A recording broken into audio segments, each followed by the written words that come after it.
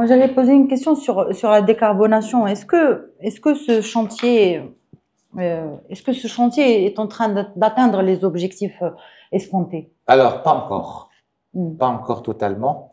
Ce qu'il faut savoir, c'est que l'utilisation d'énergie renouvelable est d'abord un instrument de souveraineté, parce qu'on n'a pas ou peu d'autres sources d'énergie.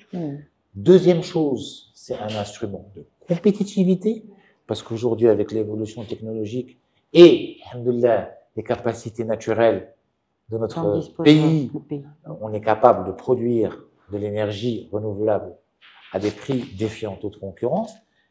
Et troisièmement, est un facteur d'accessibilité et de différenciation par rapport à des compétiteurs. Accessibilité à certains marchés, et notamment notre marché naturel qui est en train de mettre des barrières. Il en a annoncé quelques-unes, le CBAM, mécanisme d'ajustement carbone aux frontières sur certains produits, 6, fort heureusement. 6 pour le moment, mais ça va s'élargir. On parle de 10 000 produits, etc. Ça va se compliquer. Et donc, aujourd'hui, notre marché naturel, on sera surtaxé si jamais on ne fait pas l'effort. Alhamdoulilah, sur beaucoup de secteurs, on l'a fait exportateur. Et donc, et de différenciation, parce que sur certains marchés, ces barrières-là vont éliminer quelques concurrents qui devront être moins compétitifs en le faisant parce qu'ils n'ont pas, tout simplement, les mêmes qualités naturelles que Dieu nous a dotés ici au Maroc. Donc, c'est extrêmement intéressant. C'est un choix pris par le souverain et une orientation prise par le souverain depuis son accession au trône et peut-être même bien avant. Et aujourd'hui, on doit décliner. Qu'est-ce qui nous manque? Qu'est-ce qui nous manque? On a travaillé, il y a le cadre réglementaire, il y a des capacités qui sont en train de être mises en place. Il nous manque 3 choses.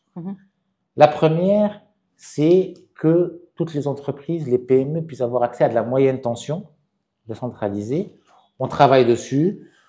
On a signé des accords. On a un peu de mal à les mettre en œuvre. Et on pousse toujours pour que ce soit mis à disposition des industriels le plus vite possible. La deuxième chose qu'il nous manque, c'est aujourd'hui de pouvoir développer plus de capacités en énergie renouvelable partout au Maroc. Je m'explique, aujourd'hui, de manière naturelle, les opérateurs, les dirigeants territoriaux sont très focalisés sur les zones industrielles. J'ai besoin de zones, j'ai besoin de zones, j'ai besoin de zones, j'ai besoin de zones. C'est bien. Et il faut qu'ils ont atteint une maturité à accompagner, à développer, déployer ces projets, identifier du foncier, venir le proposer, etc. C'est très bien. Il faut qu'ils atteignent un nouveau stade de maturité où ils puissent être, eux, les porteurs d'initiatives de développer des parcs éoliens, des parcs solaires, partout au Maroc, pour pouvoir accompagner cette offre de foncier d'énergie propre et pouvoir le faire un peu partout. Pourquoi?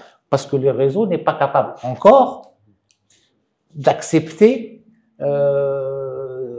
des productions un peu partout et de les envoyer un peu partout. Donc, le temps qu'on mette à niveau l'ensemble du réseau, il faut toujours lier l'infrastructure industrielle à la production d'énergie. Et donc, j'ai invité lors de ma tournée, je leur ai dit, vous êtes devenus super experts dans le foncier, maintenant il faut que vous preniez l'initiative dans l'énergie et ne pas la laisser entre les mains seulement de l'opérateur naturel, historique de distribution.